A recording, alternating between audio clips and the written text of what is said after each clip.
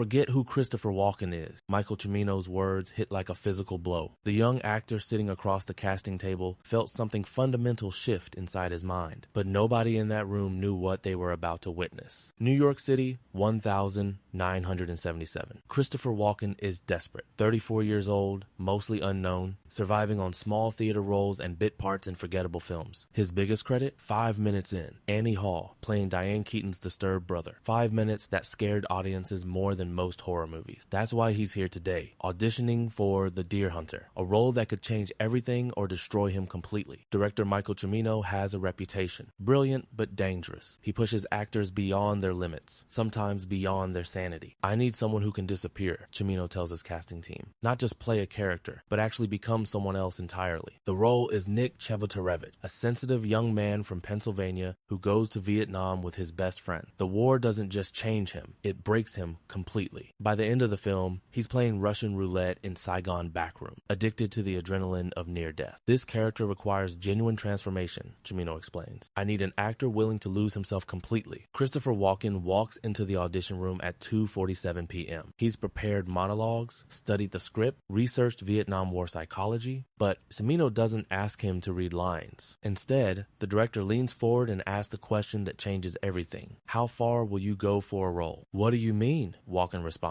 I mean, really, how much of Christopher Walken are you willing to sacrifice to become Nick? The question hangs in the air like smoke from a battlefield. Here's what Christopher Walken doesn't know. Cimino has already decided he's perfect for the part. This isn't really an audition. It's a psychological evaluation. Tell me about pain, Cimino continues. Real pain, the kind that changes you permanently. Most actors would give safe answers, talk about emotional preparation or research techniques. But something about Cimino's intensity demands complete honesty. When I was 12, Walken begins, my father lost his job. I watched him disappear, piece by piece. That's when I learned circumstances can erase who you are. Cimino nods. He's found what he's looking for. Good. Now show me that disappearance. What happens next is unlike any audition in Hollywood history. Christopher Walken doesn't perform a scene. He creates a moment. Without script, without preparation, he becomes a person whose identity is being systematically destroyed. I'm scared, Mike, he says, speaking to an imaginary character, but his voice carries weight that goes beyond acting. The words aren't in any script. They're coming from somewhere deeper, somewhere real. For 15 minutes, Christopher Walken doesn't audition for Nick Chevotarevich. He inhabits the character so completely that everyone in the room forgets they're watching a performance. When he finishes, the silence is profound. Where did that come from? Cimino asks. I don't know, Walken admits honestly. I went somewhere, and when I came back, you were all staring at me. 3 days later, his agent calls. He got the role. But getting the part is just the beginning of Christopher Walken's ordeal, because Michael Cimino doesn't want him to play Nick. He wants him to become Nick completely. For the next 6 months, Cimino tells him, Christopher Walken ceases to exist. You are Nick Chevotarevich. You think like Nick, feel like Nick, respond to the world as Nick. It's method acting taken to dangerous extremes. I want you to forget you're an actor, Cimino continues. I want you to forget you have a life outside this character. Any sane performer would refuse. But Christopher Walken is hungry for breakthrough success. He agrees to the experiment. What follows is 3 months of psychological preparation that borders on torture. Cimino arranges for Walken to work with a psychiatrist, not for therapy, but for deliberate destabilization. They explore his deepest fears, childhood traumas, most protected psychological defenses. The goal is to break down his sense of self so completely that Nick's identity can take its place. We're going to deconstruct Christopher Walken, the psychiatrist explains, and rebuild Nick Chevotarevich in the same psychological space. For 3 months before filming, Walken lives in isolation, cut off from friends and family, forced to inhabit the mindset of a character slowly being destroyed by war. His wife Georgianne watches her husband disappear day by day. I didn't recognize him anymore, she admits years later. Christopher was gone. Someone else was living in his body. When filming begins, the transformation is complete. Christopher Walken has ceased to exist. The Russian roulette scenes become exercises in genuine terror. Cimino doesn't tell him when they're filming these sequences. The confusion and fear are real. During one particularly intense scene, Walken has what can only be described as a psychological break. He starts speaking as if he's actually Nick, as if the other actors are really his friends from Pennsylvania. California, as if the entire experience is real. It takes 20 minutes to convince him where he is. But from this breakdown comes the performance that wins Christopher Walken an Academy Award. His portrayal of Nick's psychological destruction is authentic because it is authentic. He doesn't perform madness, he experiences it. The line between actor and character completely disappeared, co-star Robert De Niro recalls. We weren't working with Christopher anymore. We were working with Nick. When filming wraps, the real challenge begins, finding his way back to being Christopher Walken. Cimino's experiment worked too well. The actor has become so identified with Nick that he's forgotten how to be himself. It takes months of therapy to reclaim his own identity. Not the destructive kind Cimino arranged, but genuine healing. It was like coming back from the dead, Walken later admits. For 6 months, I wasn't me. I was someone else entirely, and that person was in incredible pain. At the Academy Awards ceremony, Christopher Walken wins the Oscar for Best Supporting Actor. When he takes the stage, he's visibly shaking, not from excitement, but from the lingering effects of what he endured. I want to thank Michael Cimino for pushing me further than I thought possible, he said, and I want to thank my wife for bringing me back. But the cost of his method becomes clear in subsequent interviews. I disappeared for 6 months, he admits. Christopher Walken stopped existing. Some part of Nick is still in there, and probably always will be. The experience establishes him as an actor capable of accessing depths most performers never reach, but it also serves as a cautionary tale about the ethics of filmmaking. Michael Cimino got the performance he wanted at the cost of nearly breaking a human being. There's a line between artistic vision and psychological abuse, film critic Pauline Kael writes. Cimino crossed it, but Christopher Walken doesn't regret the experience entirely. It taught me something about myself, he reflects. I learned I could disappear completely into another person's reality. That's both my greatest gift as an actor and my most dangerous weapon. This understanding guides his approach to subsequent roles. He's more careful about directors who want to push psychological boundaries, more protective of his own mental health. But he never stops being willing to take risks for the right material. The best performances happen when you're brave enough to lose yourself, he explains to young actors. Just make sure you know how to find your way back. 15 minutes after Cimino asked, "How far will you go?" Christopher Walken made the decision that earned him an Oscar and nearly destroyed his sanity. The performance remains one of cinema's most devastating portrayals of psychological trauma. But the real story is what happened to the man who created it. Christopher Walken went further than any actor should go. He paid a price few would be willing to pay. And from that darkness, he brought back something genuine and unforgettable. Sometimes the greatest art requires the greatest sacrifice. Christopher Walken learned that lesson in the most painful way possible, but he survived to tell the story, and that survival might be his most important performance of all. The aftermath of The Deer Hunter reveals the true cost of Cimino's experiment. Hollywood insiders begin whispering about what happened during filming. Stories of an actor who disappeared so completely into his role that he forgot how to be himself. What Michael did to Christopher was unprecedented, says film historian Janet Maslin, and probably unethical by today's standards. But the performance creates something undeniable. Christopher Walken's portrayal of psychological breakdown becomes the template for how actors approach trauma-based roles. Every actor studying PTSD characters should watch what Christopher accomplished, writes method acting coach Lee Strasberg. But nobody should try to replicate his process. The distinction becomes crucial for Walken's career. Directors want the intensity of his Nick Chevotarevich performance, but they're unprepared for the psychological commitment it required. I started getting offered every traumatized veteran role in Hollywood, Walken recalls. Directors thought they could just ask me to do the Deer Hunter thing again, but Christopher Walken has learned something important about protecting his mental health while still delivering transformative performances. He develops new techniques for accessing dark psychological territory without losing himself completely. Methods that allow him to inhabit disturbed characters while maintaining his own identity. I built better walls, he explains to acting students. I learned how to visit those dark places without moving there permanently. This evolution influences his subsequent career choices. He becomes selective about directors who want to push psychological boundaries, more demanding about support systems during intense productions. The result is a series of memorable performances that showcase his range without requiring complete self-destruction. Batman Returns, Pulp Fiction, Wedding Crashers, roles that prove he can access intensity without sacrificing sanity. Christopher found a way to be fearless and safe simultaneously, observes director Tim Burton. That's incredibly rare in this business. But the Nick Chevotarevich experience never fully leaves him. In quiet moments, traces of the character surface in his behavior, his speech patterns, his way of processing stress. Some roles mark you permanently, he admits in rare interviews about the subject. Nick is still in there, sleeping mostly, but there. This ongoing psychological complexity makes every Christopher Walken performance more interesting. Audiences sense there's something real behind his intensity, something that goes beyond acting technique, because the deer hunter left permanent changes in his neural pathways, ways of accessing emotion and trauma that most actors never develop. What Christopher went through during that film created new pathways in his brain, explains neuropsychologist Dr. Daniel Siegel. He literally rewired himself to access psychological states most people never experience. This rewiring becomes Christopher Walken's secret weapon as a performer. His ability to suggest genuine psychological damage, real emotional pain, authentic mental instability. But it also becomes something he has to manage for the rest of his life. Living with that kind of psychological complexity requires constant attention, his wife Georgianne observes. Christopher works every day to maintain balance. The effort pays off not just in career success, but in personal growth. The process of rebuilding himself after Nick teaches Walken valuable lessons about resilience, recovery, and the importance of mental health. I learned I was stronger than I thought, he reflects. If you can survive complete psychological dismantling and put yourself back together, you can handle almost anything. This wisdom influences his approach to helping other actors navigate intense roles. Young performers seek him out for advice about method acting, about accessing dark emotions safely. The most important thing isn't how far you're willing to go, he tells them. It's knowing how to come back. Film schools begin using his experience as a case study in the ethics of performance. How far should directors push actors? What responsibilities do filmmakers have to protect their performers' mental health? The Christopher Walken case changed how we think about method acting, explains NYU film professor Janet Maslin. It proved that artistic results don't justify psychological damage. New industry standards emerge from discussions about his experience. Guidelines for supporting actors through intense psychological preparation. Protocols for recognizing when method acting becomes dangerous. Christopher's sacrifice led to important changes in how we approach difficult material, notes Screen Actors Guild representative Sarah Chen. But perhaps the most significant impact is on audiences who recognize that his performances contain something authentic, something that goes beyond normal acting technique. You can see real pain in Christopher's work, writes film critic Roger Ebert. Not performed pain, but actual psychological experience transformed into art. This authenticity creates a different kind of connection between performer and viewer. People respond to Christopher Walken's work because they sense he's genuinely experienced the emotions he's portraying. There's no fakery in his intensity, observes cultural critic Susan Sontag. What you see on screen is what actually happened to him as a human being. The recognition makes Christopher Walken's career more meaningful but also more burdensome. Every performance carries the weight of real psychological experience. I can't just pretend anymore, he admits. Everything I do on screen has to come from somewhere real inside me. This commitment to authenticity influences the next generation of performers who study his work. They learn that great acting isn't just about technique or charisma. It's about willingness to transform yourself in service of truth. Christopher Walken learned this lesson in the most extreme way possible during The Deer Hunter. 15 minutes after Cimino asked, "How far will you go?" he began a journey that nearly destroyed him, but ultimately made him one of cinema's most compelling performers. The cost was enormous. The results were undeniable. And the lessons learned continue influencing how actors approach their craft decades later. Sometimes the greatest performances require the greatest risk. Christopher Walken took that risk and survived to share what he discovered in the darkness. His survival story might be more important than any character he's ever played.